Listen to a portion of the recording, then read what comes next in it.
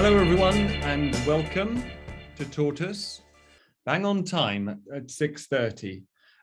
Welcome to what is, I think, our fourth think-in on the only story really in the world at the moment, or by the overwhelmingly dominant one, fourth since this time last week. We've talked about Russia's beleaguered opposition. We've talked about London's attraction for Russian money. At last week's Tortoise Open News meeting, we began a discussion about the kind of war this is, the hardware involved, what we can know about that, and how we can sort good information from bad. And I hope that today we can continue that conversation. My name's Giles Whittell. I'm an editor at Tortoise.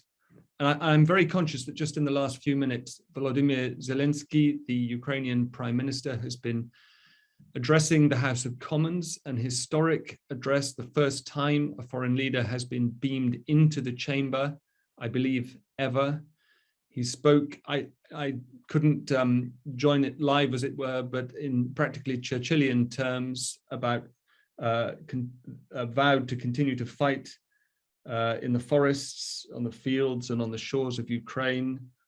And he asked again for a no-fly zone to be enforced by NATO over Ukraine. By now, we all know, and he presumably knew, that that is something that would not be forthcoming. The argument is quite strong that if you commit NATO aviation, military planes to the skies above Ukraine, they could get quickly into a direct military conflict with Russian planes.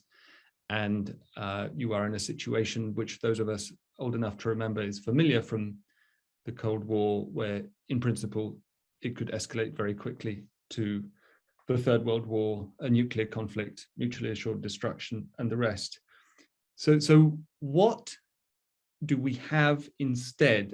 The question that we've set ourselves is a broad one. Russia and Ukraine, a return to conventional warfare, question mark. What we know is there is a conflict involving tanks, rocket launchers, supply lines, ambushes, a lot of mud, snow is back again, and of course, unspeakable suffering, mainly on the part of now 2 million displaced Ukrainians, but also soldiers and their families on both sides. There are these two realities, one on which we can report in some detail because refugees are streaming out of Ukraine, each with their own stories. The other on which it's much more difficult to report because hard information is very difficult to get. I mean, before the invasion was launched on 24th of February, we heard a lot, and we have an opportunity this evening to hear more about this, about Russia's military modernization, about sophisticated new Russian military doctrines. But what we have, as far as we can gather, feels more like we're familiar now with the comparisons: Aleppo, Chechnya, World War II, and even as we hear about the sort of international brigade or whatever it's called, filling up with volunteers from all over the world, even analogies with the Spanish Civil War. But if this is a return to conventional war, as our exam question suggests, what are the implications of that? And should NATO be preparing for more of the same? We are joined tonight by Professor Bettina Rentz, who is incredibly appropriately an expert in Russian military reform and doctrine from the University of Nottingham, and by Sam Cranny Evans, a research analyst in military sciences from the Royal United Services Institute. And we'll come to them in just a second, but very briefly, for those who may not have been to a think-in before or dialed into a think-in before, please remember that this is about you, it's about what you think, and dive in, get involved in the chat, raise your digital hands, and if we've time, we'll invite you to speak, and we can have a parallel discussion in the chat. And I was saying to our guest speakers just before we started that although we have an informal no questions rule, which means say what's on your mind rather than ask, because that obliges people to give a response. If you have questions, please feel free tonight to ask them. But equally, if there are sources of information that you have found interesting, let us know, put them in the chat. The more we can sort through, the wiser I hope we'll be in the end. And one of our goals at Tortoise from this process is to figure out which aspects of this horrendous story we should be focusing on and reporting on. Enough of me. Let me start with Professor Renz. I want to read you, Bettina, just a few lines from a report in the New York Times that they published on the 27th of January, so about a month before the war began. 20 years on from the Second Chechen War, the report said, the Russian army is a far different fighting force. This is based on multiple military analysts that has massed on the border of Ukraine. A modern, sophisticated army able to deploy quickly and with lethal effect in conventional conflicts. The New York Times went on to say that this army features precision-guided weaponry, a newly streamlined command structure, and well-fed and professional soldiers. We see an army capable of appalling destruction, but we also see footage of an army literally mired in the mud. So can you start by giving us your assessment of what type of war this is? Well, it very clearly is a conventional war by any stretch of the imagination. I had been critical for quite a long time about this focus in the West for the last 7-8 years or so on Russian hybrid warfare. This idea that it is hybrid warfare, information, cyber attacks, propaganda, and so on, that is the biggest threat that Russia and especially Russia's neighbors are facing from Russia. This idea never really corresponded to Russian ambitions when it comes to conventional military power. So while in the West, for example, there was obviously a huge focus on coin, counterinsurgencies, small wars and insurgencies and so on, Russian military doctrine always emphasized the importance of conventional military power. During the 1990s, of course, the Russian military fell into a huge state of disrepair. And at that point, the only deterrent, as the Kremlin saw it, was Russia's nuclear arsenal. But of course, Russia understood that the utility really of a nuclear deterrent is limited when it comes to the achievement of various policy objectives as the Kremlin sees it. So since 2008 in particular, there has been a massive emphasis on modernization of the Russian armed forces. I wrote about that in depth on my book, Russia's Military Revival, that came out just a few years ago. The Russian military nowadays is incomparable to what it was in the 1990s. There has been systematic reforms carried out, a focus on professionalization, obviously updating of equipment. During the 1990s, the Russian armed forces had not received any new equipment, no new aircraft of any kind. Also large-scale training, of course, taking part, as we could also see in Syria. Of course, one of the aims there were various aims in Syria, but one of them also was to test some of the new capabilities of the Russian armed forces.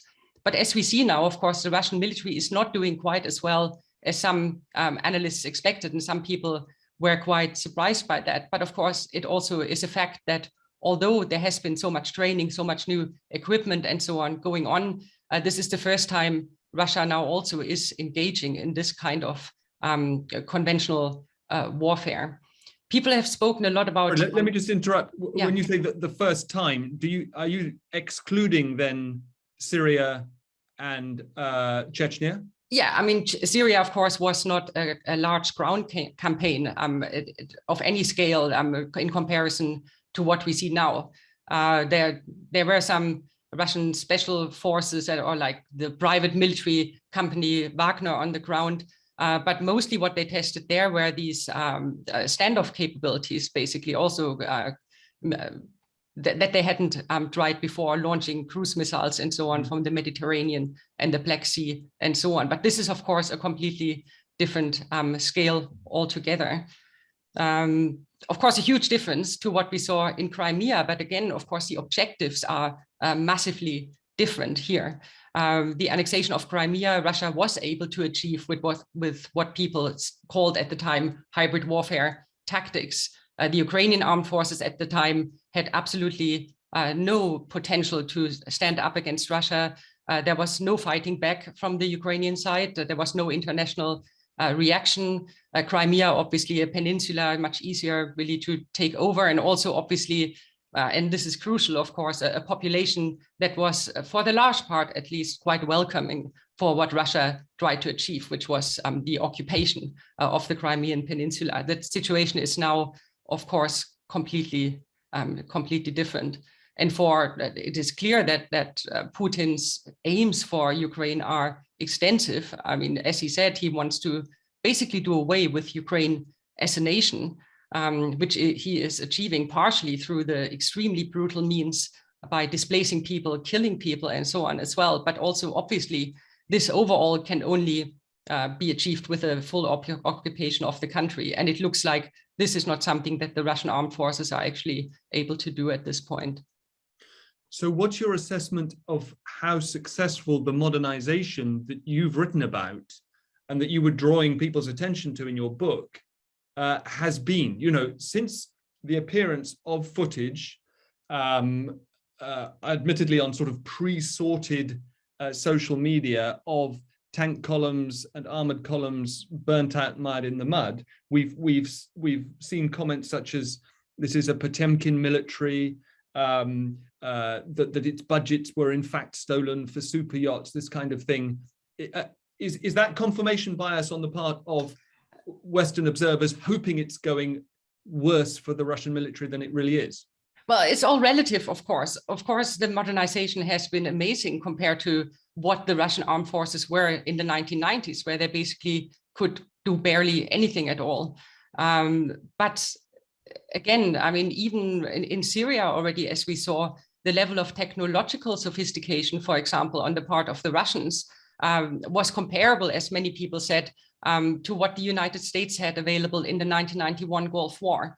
And this for high-tech stuff like drones and precision-guided munitions and so on. So it's relative. The Russian military is extremely modernized and extremely good compared to what it was in the 1990s. But as I also said in my book, of course, this doesn't mean that when it comes to technological equipment or even operational art, the Russians can compare to the United States, for example. But I mean, let me also say that this, of course, comes at very little consolation to the Ukrainians.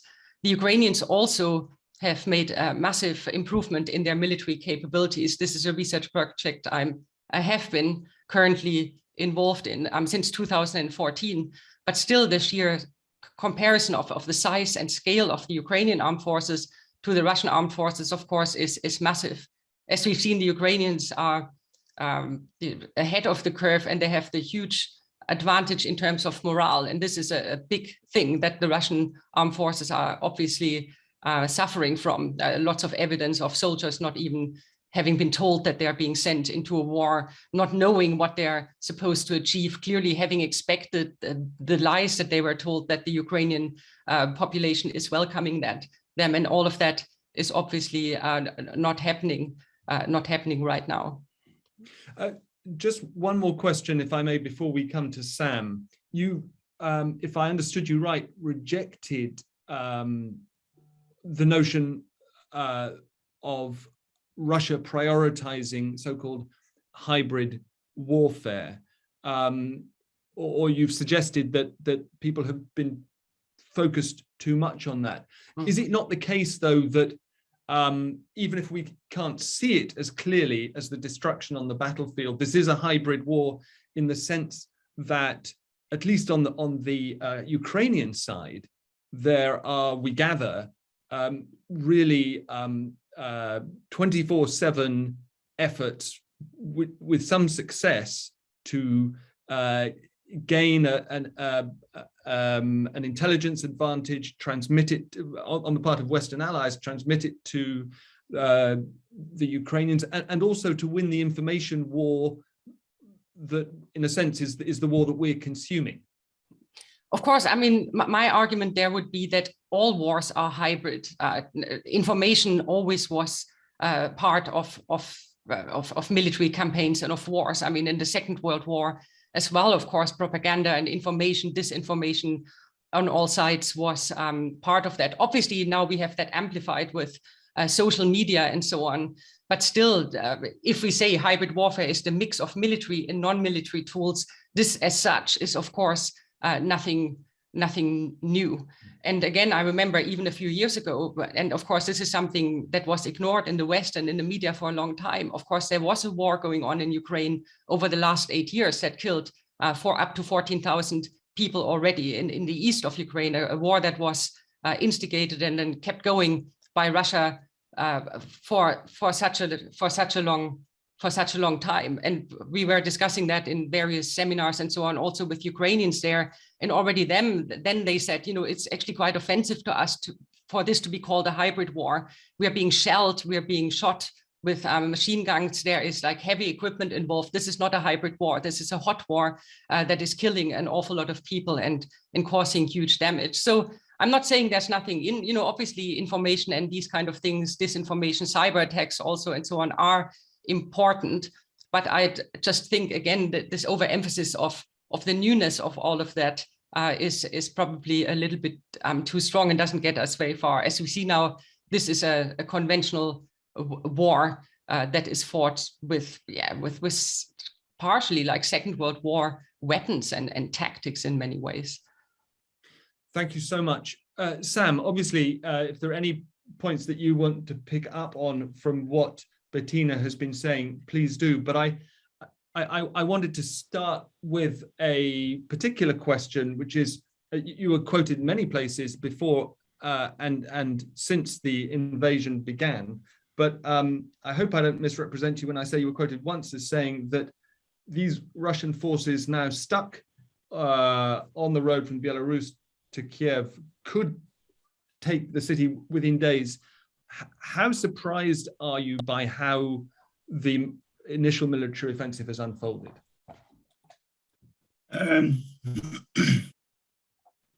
Bits of it weren't surprising.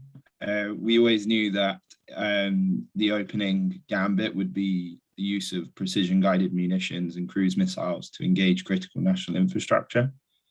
And we've seen that, and we've continued to see that. I suppose one element of it that is surprising is that they're actually very effective at it. And that does raise questions for NATO and NATO states, especially those that are within reach of Russia's borders and Russia's navy and things like that.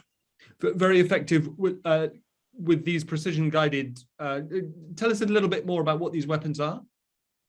Yeah, so it's the use of cruise missiles, so ship and air-launched and ground-launched cruise missiles to attack critical national infrastructure. So think things like airports, military warehouses, logistics hubs, command and control nodes. We knew that they had them. We knew that they'd used them. We didn't know that they could necessarily do things like pick a warehouse out of a load of warehouses to hit, because those are kind of capabilities that have been the preserve of the West, because it's very expensive to have that kind of target discrimination and things like that. It hasn't always been that accurate, but generally speaking, they've been able to destroy a lot of Ukrainian infrastructure, and they've thrown a lot more missiles at the opening phases of this war than we were kind of estimating they would. You know, it's sort of hard to know how many missiles Russia has in total, but part of their strategic calculus is that a certain number of them have to be reserved for their nuclear deterrent. So they can't, you know, one figure that's thrown around a lot is that they have 1,500 missiles. Well, they need 500 of them for nuclear warheads. And just to be clear, some of the missiles, the ballistic missiles being deployed with conventional warheads, are exactly the same vehicles that could be used with nuclear warheads. Is that right? Yeah, that's fairly common though. It kind of blows our mind in the West, but and until kind of the late 1980s, everybody had tactical nuclear missiles. I mean, there were nuclear anti-tank mines. We put that stuff in a lot of things, and the Russians had nuclear air defense missiles and things like that. So it's, once upon a time, everything was nuclear. And they have tactical nuclear weapons, which they rely on to some extent to overcome technical inferiority as compared to the West. So yes, a lot of the missiles that are being used could theoretically be tipped with a nuclear warhead, but it's important to differentiate that it's not the kind of world-ending nuclear warheads that we're used to thinking of. The Russians have a different approach to those kinds of weapons. So to the original point, I was very surprised in terms of their accuracy and their efficacy with those weapons. It actually showed a level of restraint that I didn't expect from Russian forces. But in terms of the infamous convoy that's bogged down in and around Kiev, it's odd that they bungled the logistics and the concept of operations around that so much. But what I would add is it's one of something like 9 axes of advance. All right, so there are 1 or 2 that are going very badly, and we can see that. But there are 5, 6, 7 others that are actually progressing. And if you look at the maps that are sourced through open sources and you take a balance of all of them, Russian forces in the south and in the east of Ukraine are progressing, and they are moving. So they are moving slower than we thought. But then again, on balance, the Russians are doctrinally slower than the West. They have a generally more methodical approach to things. They have made huge mistakes, certainly huge mistakes. As Bettina said, there are guys there that didn't know they were going to war, and I'm pretty sure that if you're the first news you hear that you're at war is a Ukrainian special forces team engaging you with some of the most advanced anti-tank missiles on earth, like you're going to be traumatized, right? That's why. When we're seeing Russians with broken morale who are crying on the phone to their mum, it's worth bearing in mind, these are 19, 20-year-old lads who possibly didn't know they were at war and were engaged by what will be the most aggressive troops in the Ukrainian armed forces. So that is going to have been traumatic. So I think probably my closing thought would be that I think we need to be careful that we read too much into things like the convoy around Kiev and these Russian soldiers with low morale, because it's not the full operational picture. The Ukrainians are running the type of information warfare that we thought Russia would be running, and they are very good at it. The Ukrainians are smashing this. I'm sure there are people in the UK, the West, elsewhere, who are taking note, because they are really driving the narrative. I've spent today trying to find a Russian narrative. That's what I've spent today trying to do, because I cannot find one. And those that are there are either blocked very quickly or they're taken down. So we are only hearing the Ukrainian narrative. We're not hearing the Russian narrative. So it's hard to get a full picture of what's going on. There is, of course, the official Russian narrative on state TV bulletins. Is that looking threadbare at the moment? I mean, I fictional as it largely is. Yeah, I mean, so good information ops always have a kernel of truth in them. The problem is how far from that tenet will the Russians go as the situation changes and shifts. But I think if we compare this to their operations in Syria, where you would have endless banal releases about what's going on, how many civilians they've repatriated, how many terrorists they've neutralized, things like that. The information that's coming out now is very different. It's minimal. It's not very useful. There's no way to interpret it one way or another. It's clear that they're not sure how to respond to it. And I think it's interesting, because one of so as Bettina said, this hybrid warfare thing is it's not something the Russians recognize, right? It's when they talk about it, they talk about how the Americans use hybrid warfare. So from their perspective, they're just doing what America does and what America has done for years. They don't see it as like a new way of fighting war. It's always been conventional deterrence. It's always been a conventional modernization. So, but one element of it that was clear that, you know, that they were working on was this information warfare aspect. So the fact that they've ceded that field almost completely to the Ukrainians and the Western narrative is just odd. That's quite surprising as well. Thanks very much. In a second, I'd like, if possible, to come to Louise Diment or Dimont. Forgive me if I'm mispronouncing your surname, because I'd like to respond to a point that you're making in the chat, but I'd also like to invite you to sort of make it. But first, before I let you go, or while we're with you, Sam, help me with the Gerasimov doctrine. This may be something that Bettina can help with as well.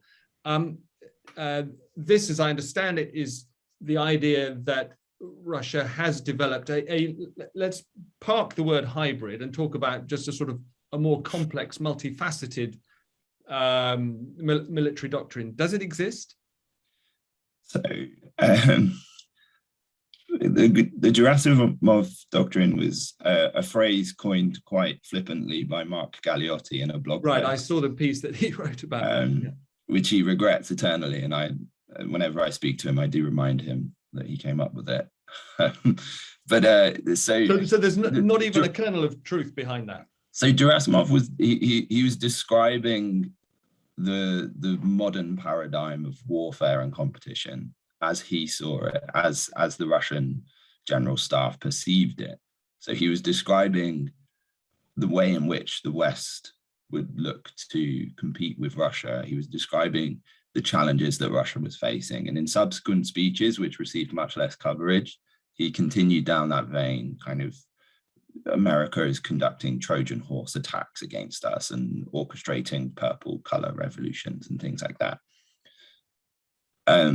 Personally, for me, I think a much more accurate and apt analysis was provided by Dmitry Adamski, and he talks about cross-domain coercion.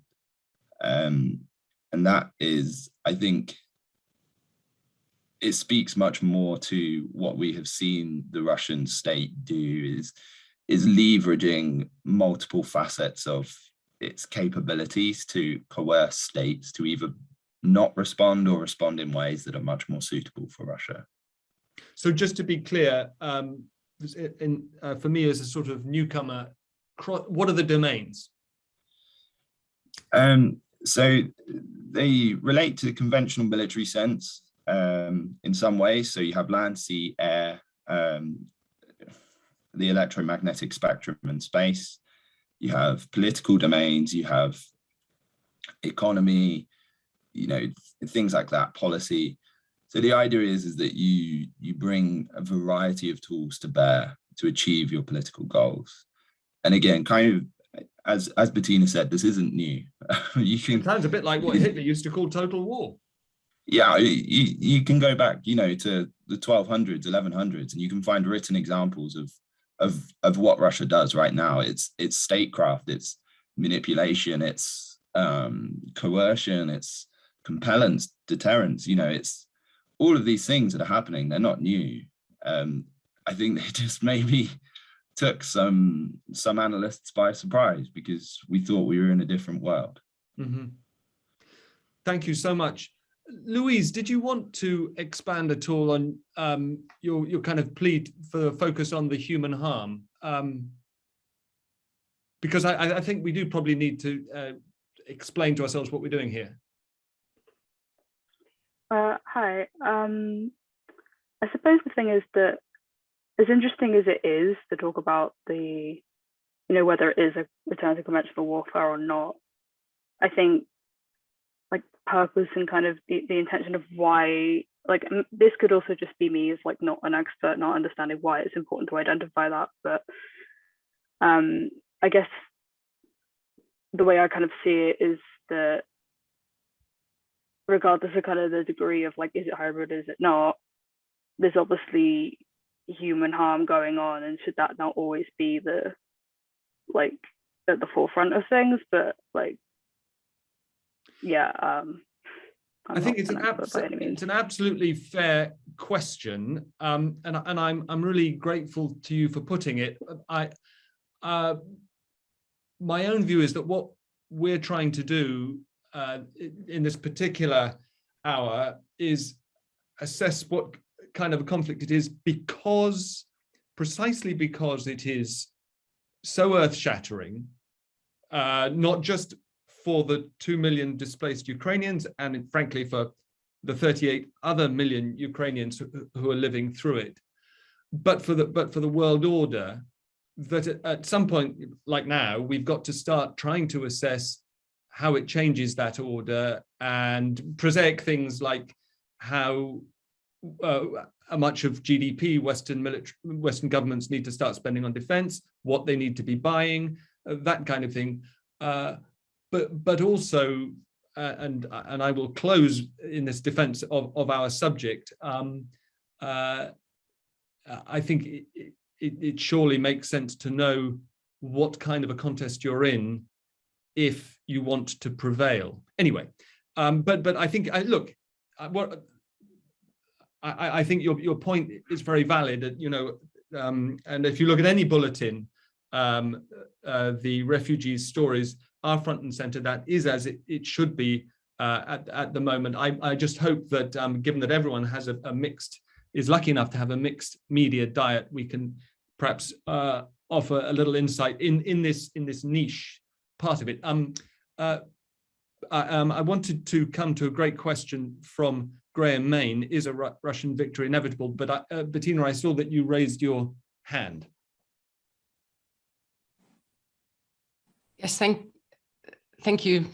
I just wanted to, yes, Louise, I completely agree with you. And a few times in the last couple of weeks, and I was asked to comment, and people asked me, you know, is Russia doing as well as expected and so on? I did say that this should not be the focus right now, because this is ongoing and hundreds of people are dying on a daily basis. And I also feel very reluctant to essentially engage in the discussion of how skilled Russia is at killing Ukrainian civilians. I think it is, we need to be careful that these kind of discussions don't, especially while the conflict is going on.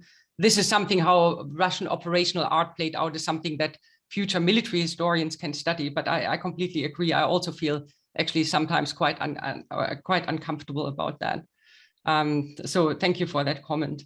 And I think, yes, the civilian casualties and so on, again, you know, and people saying this is, you know, the Russian military isn't as good as expected, so they resort to desperate means and target more civilian targets and so on. I think it's more than that. I think this is very intentional, what they're doing. They targeted civilian targets from the first day onwards. This is intended, it's calculated, it's a tactic that is calculated to send a signal to the Ukrainians, but also to the West about you know, what Russia is prepared to do, also as a signal for other countries to stay out of the war as much as possible. Bettina, there's an ideological component to Putin's agenda, but you know more than most about the military minds feeding into this strategy that you described that involves targeting civilians from the start. Who should we know about as the military minds who have Putin's ear, who have helped to craft this strategy?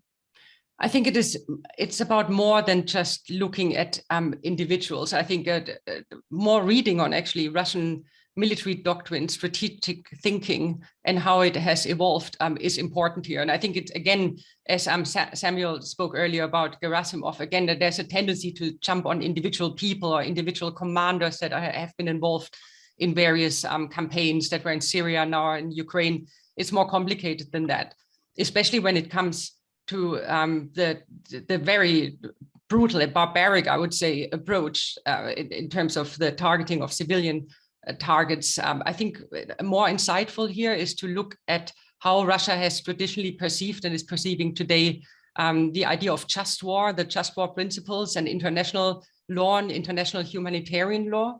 And I have actually, again, we've done some research on that with some colleagues as well.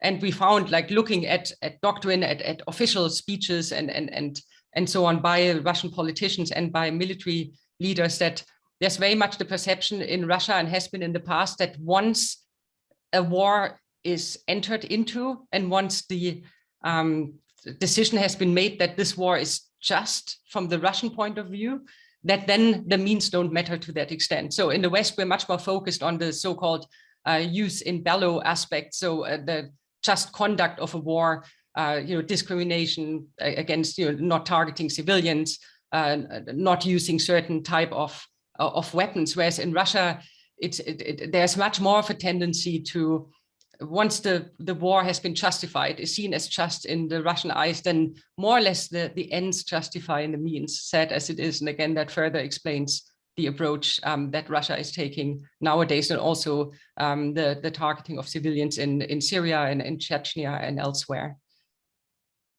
So of all the sort of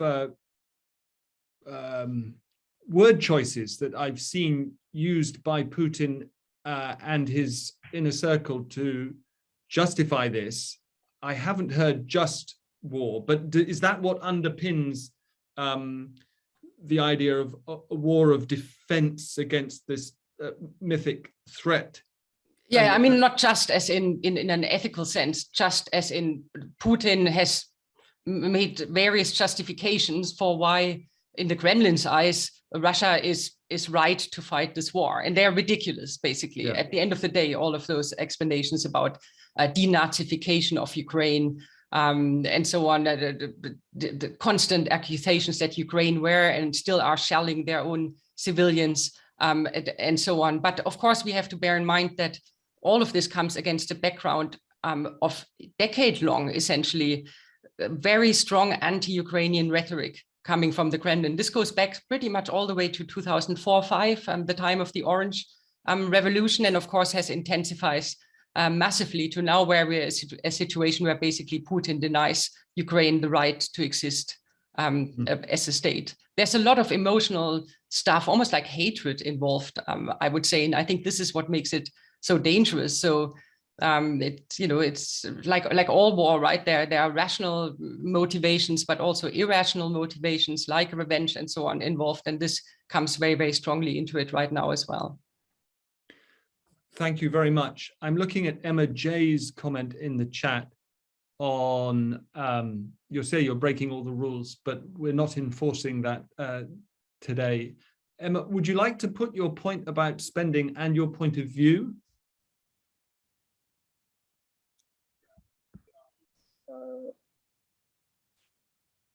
Giles, can you hear me? Yes. I'm just sorry, I'm in a public place, so it's a bit difficult to talk tonight. What was my point that I made about if it's difficult, don't worry, and I can read it out and put it. Thank you. Go ahead. I will. I'm going to read it out. Are we saying that the way forward is up the defense spending?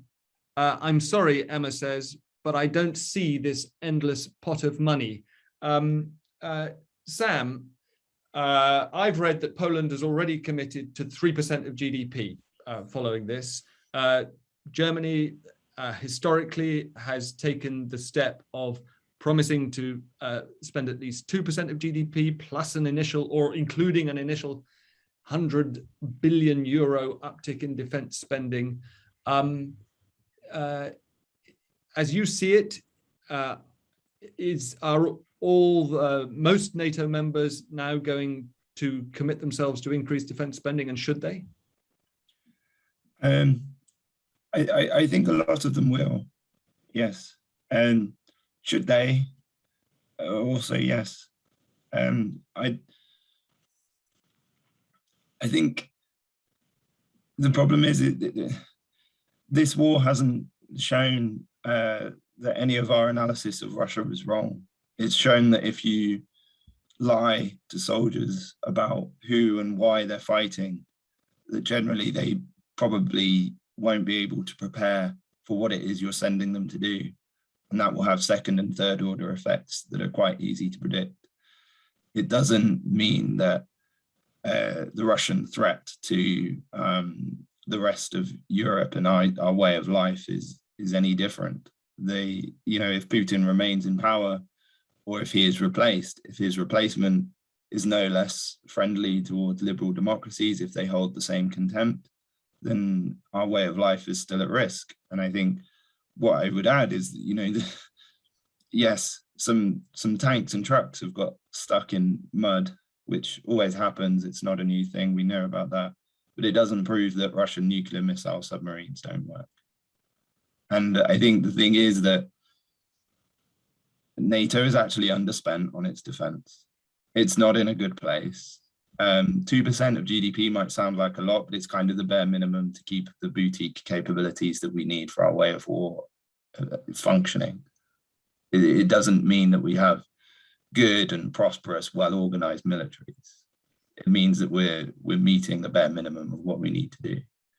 So realistically, given that Russia is unlikely to dramatically change and become a liberal democracy that just wants to be part of the world order and live peaceably in the next few months or years, then yes, NATO states do have to increase their defense spending.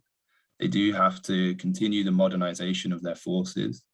To put it into context, a lot of the tanks that the Russians are losing right now, the Polish ones are worse. The Czech ones are worse. So yeah, the modernization is needed. The increased funding is needed. It's a shame, I think, that NATO didn't realize this 8 years ago, because it was given a very clear sign of the way things were heading. And I think the concept of hybrid warfare, it became quite a useful crutch to ignore the discussion about the need for a conventional deterrent and a conventional military buildup, because that is, and I understand why, but it is a politically unpalatable conversation to have.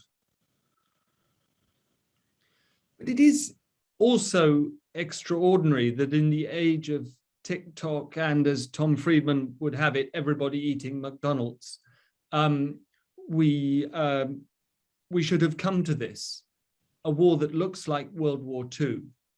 I take your point about the lessons that should have been plain to leaders since Crimea, but it would have been an extraordinarily hard political sell to increase spending across Western Europe on tanks at any point, wouldn't it, over the past 8 years? Yeah. There was a small amount of spending for, urgent operational requirements in Iraq and Afghanistan.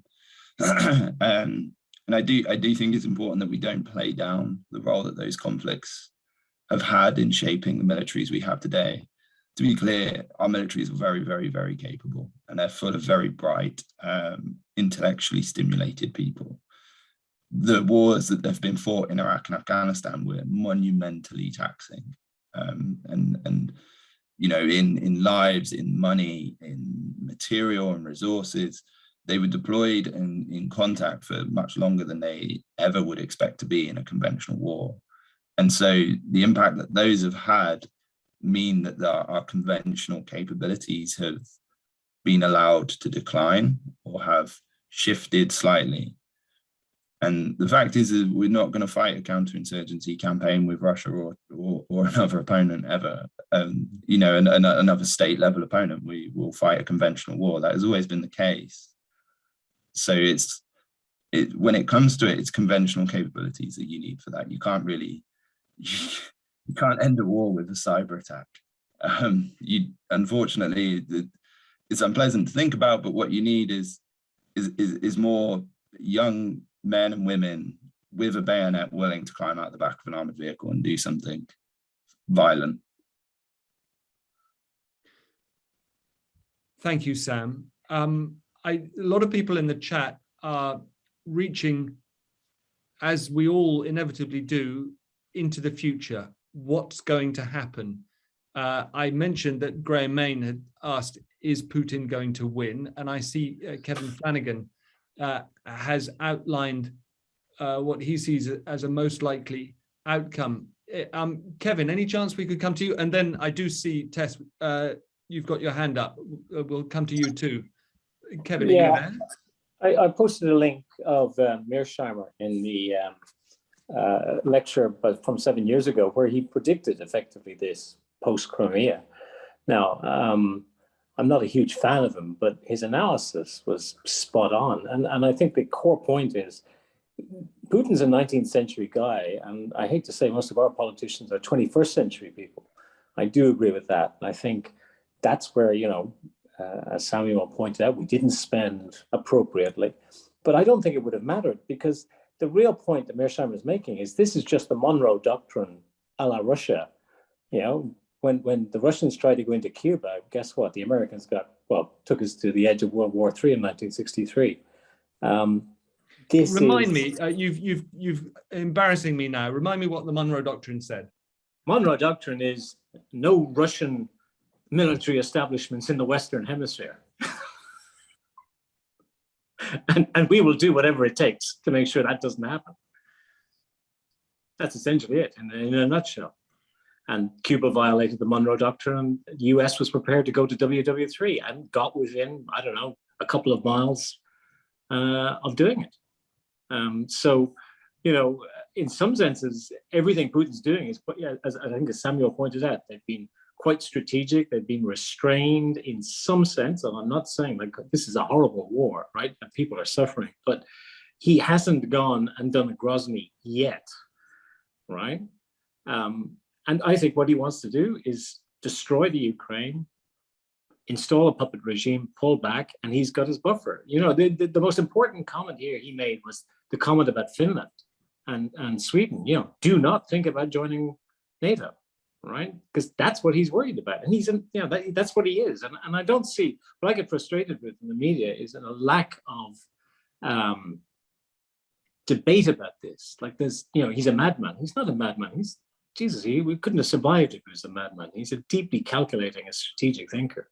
You might disagree with his politics and the way he executes, but I think that's what I find frustrating, because there's no debate. It's, isn't it terrible? And it is terrible, but why is he doing it? What have we missed? And and Mearsheimer goes into it. There's a Budapest. NATO is going to expand forever eastwards, and that's going to, of course, it's going to raise hackles. Anyway. That's my. Thanks for your tuppence or sixpence. It's very food for thought. I would just note that he said to Sweden and Finland, don't even think about joining NATO, and that is precisely what they're now doing as a result of what he's done. Law of unintended consequences, I guess, applies right away when you go to war. Tess, are you still there? Oh no. Yes, I am. Yes, you had your hand up. Yes, I thought I'd say something. So tapping it out. I'm really confused because it feels I've got sort of lots of things I'm confused about. Please help someone. That we're kind of fighting what feels like a medieval siege war on the ground. We're debating over a no-fly zone. We're not quite sure who's got jurisdiction. I'm really confused about where and how we are going to sort of actually stop some of this. We stop some of this stuff. So, when is the no-fly zone decision going to come to a head, and who's actually going to kind of blink first on it? So that was my kind of first question / rhetorical question, because I'm breaking the rules. And the second thing is, for all of the really fascinating sort of theatre of war discussions, what happens when you've got a humanitarian crisis on a city-by-city basis?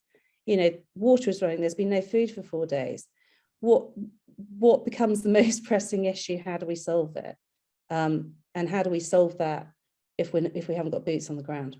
Because people are being held, as I say, in these sort of medieval siege conditions, which is just unspeakable. Tess, thank you. Bettina, what's your response to the no-fly zone part of that? has that question been finally answered, or is there some way to go? Well, I don't really quite always understand that discussion in a way, because I mean, I don't work for NATO, I don't make the decision, but NATO has been very clear to say we rule out a military response, and a no-fly zone is a military response. So this idea that this is something less than that is problematic in many ways, because again, to enforce it, to enforce a no-fly zone, NATO would have to shoot down Russian aircraft. How is that different from getting involved directly militarily? I'm not judging whether this should be done or not. It just seems to me like there are just there are only wrongs in all of this, right? It is wrong, of course, that Ukraine is on its own having to deal with this situation, but also it would be wrong to not think through, obviously, all of the reactions very, very carefully. Usually I feel much better about Russia in discussions in the past. I have, because I know quite a lot about the Russian military and have been studying Putin since he came into power. I have to say this time I feel worse for knowing what I know, because I am worried that this was just such an ill-conceived and ill-judged campaign that previously with Crimea, with Georgia and so on, Syria, I could see how this fitted into Putin's overall strategy of, restoring Russia as a great power and so on, doing something good for Russia as he saw it, and for Russia standing in the world. But this time, this is not the case. I find it very hard to see how Putin would achieve anything good for Russia in the long term out of this. And I'm worried that once he realizes this, that he will feel backed into a corner. And I think we need to be very, very careful. That is a bit of a stream of consciousness on the no-fly zone. But again, it's calling for a military response, as much as we all want that to happen, I think needs to be thought through very, very carefully. Because again, I think we need to think about, first of all, if Putin reached to the nuclear weapons or tactical nuclear weapons, this also would obviously first affect Ukraine before any other region. So I think it's this discussion of the no-fly zone is not as simple as some people seem to think it is. But maybe Sam has, I don't know if Sam thinks the same or has got different view on that. Sam, do pitch in on that in 1 second, but I want to interject a question. Yulia Tymoshenko, 36 hours ago on Newsnight, or 24 hours ago, asked for a no-fly zone and made the argument that it did not have to be a NATO no-fly zone, that you could have a coalition of the willing, which broadcasts to the world, this is not a NATO no-fly zone, it is, I don't know, a Visegrad 4 no-fly zone, or a UK, Romania, Poland no-fly zone. But who is willing to do that? Would the UK be willing to enter essentially a military conflict with Russia? I mean, it's a nice idea. And again, I'm not saying this might not, at some point it might, again, I'm not a decision maker essentially, but I think it's a very, very difficult question. Yeah. Sam, is it conceivable under any circumstances?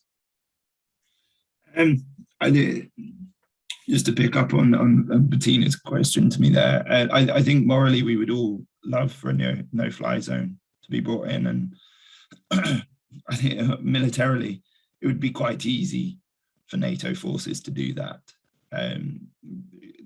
Technologically, kind of decades ahead of the Russian Air Force. And the big problem with the no-fly zone at the moment is a lot of this harm to civilians is coming from ground forces. It's not coming from the Russian Air Force. Right. And I think that's the key thing to bear in mind, is Russia is an artillery army. So just because we don't see the Air Force doing things, it doesn't mean that their operation has failed. They rely on artillery to deliver almost all of their lethality. In the West, we rely on the Air Force. So could a no-fly zone be established? Yes. What would it achieve? That would be the question, because this is a land war. It's not, you're not going to get the kind of remit that Western forces had in Libya to hunt down Gaddafi's forces and destroy them en masse. That's just not going to happen. Because Russia really does have escalation dominance.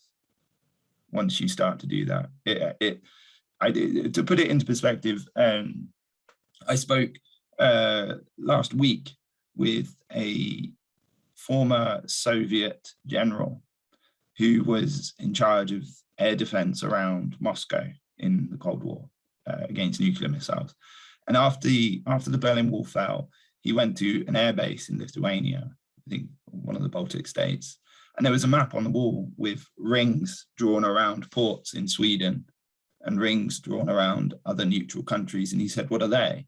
To the pilots there. And they said, oh, those are the zones that will be nuclear.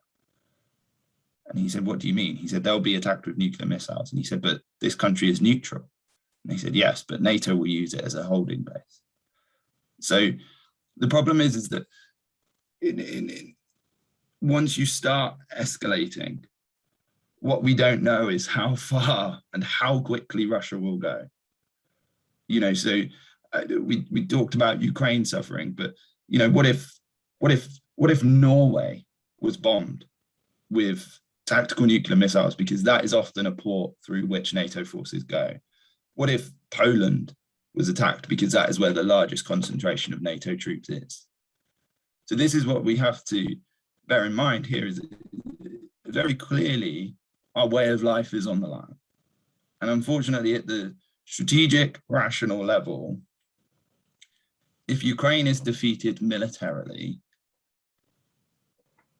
you can save your daggers before I save this, it will not impact our way of life. It is very unlikely to. If Russia goes to war over something that matters to the West, the Baltics, Poland, Romania, Bulgaria, then we have Article 5, then we have NATO involvement, because that is seen as a strategic threat to our way of life. Okay, Sam, then let me put to you Tessa's rephrased question. When will a military response become unavoidable? I assume, Tess, you mean a Western military response. And Sam, if I understand you right, you're saying at no point should it come. Yeah, if you're going down the strategic international relations theory route, then no, because Ukraine means a lot more to Russia than it does to the West, I'm afraid to say. And I love Ukraine. I have a lot of Ukrainian friends who I've lost contact with. You know, I don't want to say that, but that is the truth.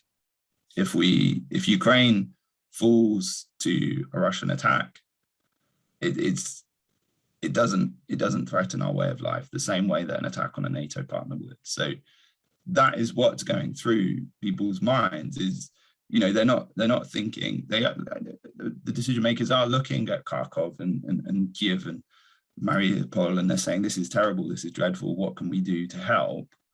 But they're also thinking, Christ, what if that is London? Mm-hmm. Because to be clear, Russia has what we call a counter value system, which means they target our values, not our forces. So if there was a war with Russia, they would target NATO forces. They would also target London. They would target our power stations. You think the fuel crisis right now is bad? See how it is when they've coerced all of our fuel drivers.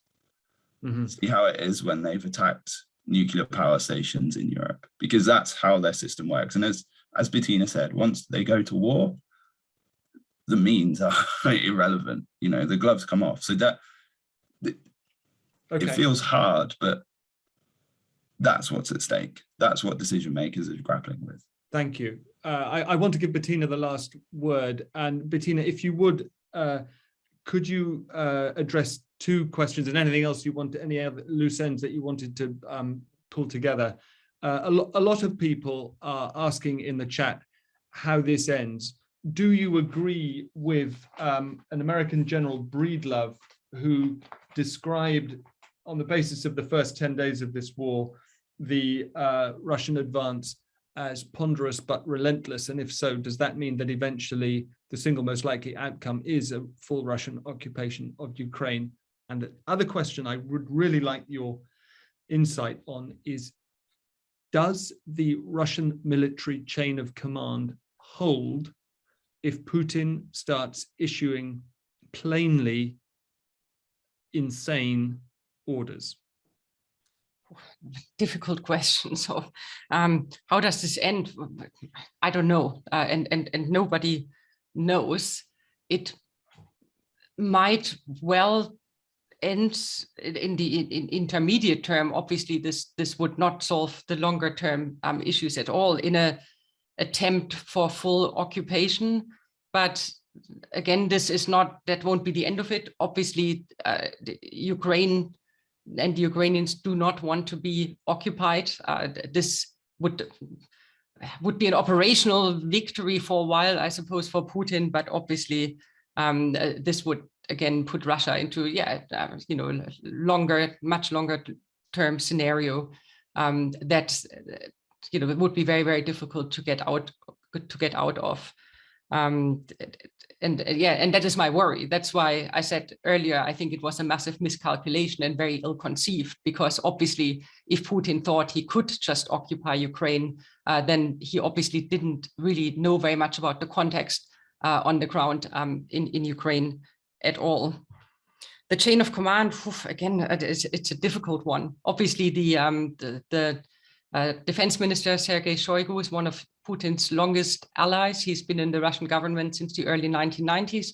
He used to have quite a positive image. He used to be the head of the Ministry for Emergency Situations that mostly does humanitarian stuff, but he was on the party list of the pro-Kremlin party, United Russia, when they were elected for the very, very first time in 1999. He is one of Putin's closest confidants, and the other people Putin is surrounding himself with as well.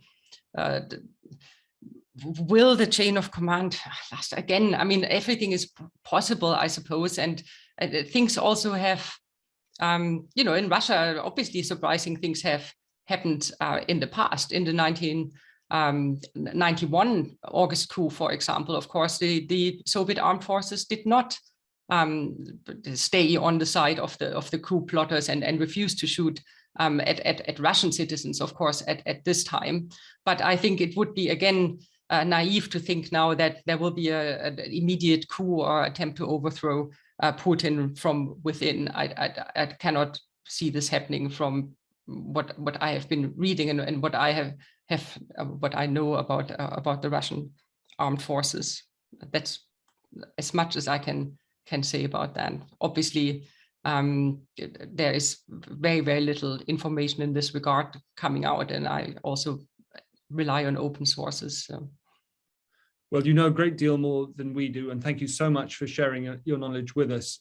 Just in closing, I'd like to read out what Chris Cregan has just put in the chat. Meanwhile, we lionize Zelensky, but neither accede to his demand for a no-fly zone nor level with him about the consequences of not doing so. I suspect that he knows those consequences better than most of us. I've learned a huge amount in this past hour.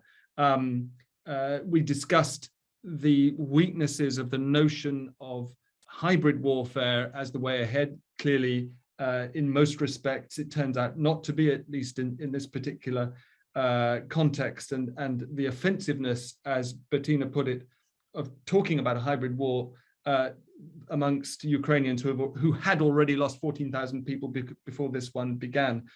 Sam made the point that really counterintuitive but interesting, that at the beginning there was accuracy and restraint in the Russian use, at least of some of their missiles, that what I think of as the column of doom north of Kiev is merely one of 9 axes of approach towards the capital. I think we agreed that Russia has ceded the information field, but it fell to Sam to point out what a surprise that was, given their capabilities in that sphere.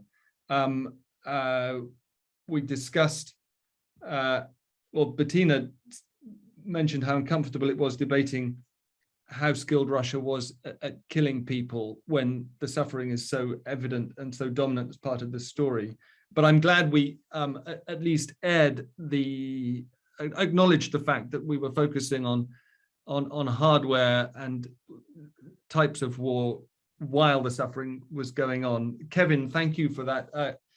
reach back into history for the Monroe Doctrine a la Russia. I could go on, but it's already 7:35. Thank you all very much for joining us. It's horrendous. And I think both of our guests, Sam and Bettina, both the tone and the content of their remarks brought that home to us. Let us hope this ends sooner rather than later, but let us not be naive. Thank you again very much. Join us again for our next Thinking, which will be our open news meeting, same time tomorrow, 6:30. Thanks a lot.